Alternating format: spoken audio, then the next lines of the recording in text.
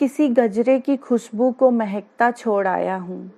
मेरी नन्ही सी चिड़िया को चहकता छोड़ आया हूँ।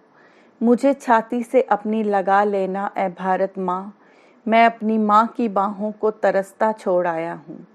जी हाँ, आज मैं अपनी कविता के ज़रिए उनको श्रद्धांजलि देना चाहूँगी जो हंडवारा एनकाउंटर में भारत माँ की हिफाजत करते हुए शहीद हो गए।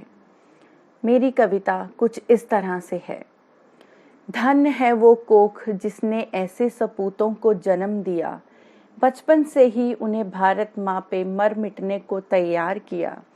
उस पिता का क्या कहना जिसने पाल पोस कर बड़ा किया, अच्छी तालीम देकर भारत माँ के लायक खड़ा किया। बहन की राखी कलाई पर बंधकर गर्व महसूस करती होगी, हर पल वो बहन अपने भाई की रक्षा की दुआ मांगती होगी। ऐसे भाई को पाकर तो सीना चौड़ा हो जाता होगा, ये जीवन तो भारत की मिट्टी का है, भाई हर पल यही समझाता होगा। महान है वो पत्नी जो इन्हें पाने को जन्मों की कस्में खाती है, जाने इतनी हिम्मत का जज्बा वो पत्नी कहाँ से लाती है। वो प्यारे बच्चे भी अपने पिता पे गर्व महसूस करते होंगे, जब भी अपने पिता को दुश्मनों से लड़ते देखते होंगे।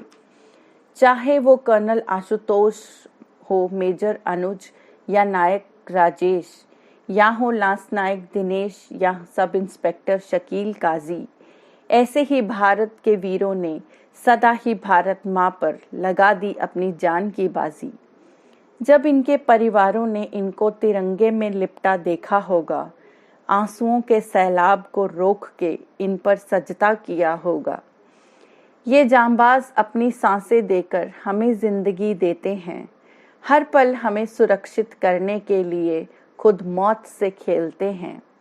ये डटे रहते हैं सदा सरहद पर दिन रात, और इनकी जुबान पे आती है बस यही एक बात, खींच दो अपने खून से जमीन पर लकीर, इस तरफ आने पाए ना रावण कोई। तोड़ दो हाथ अगर हाथ उठने लगे, छूने पाए न सीता का दामन कोई।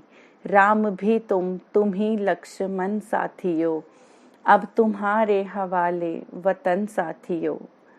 अंत में बस यही कहना चाहूँगी, व्यर्थ नहीं जाएगी किसी भी जवान की कुर्बानियाँ, सदियों तक दोहराएगा भारत इनकी वीरता की कहानियाँ। धन्यवाद।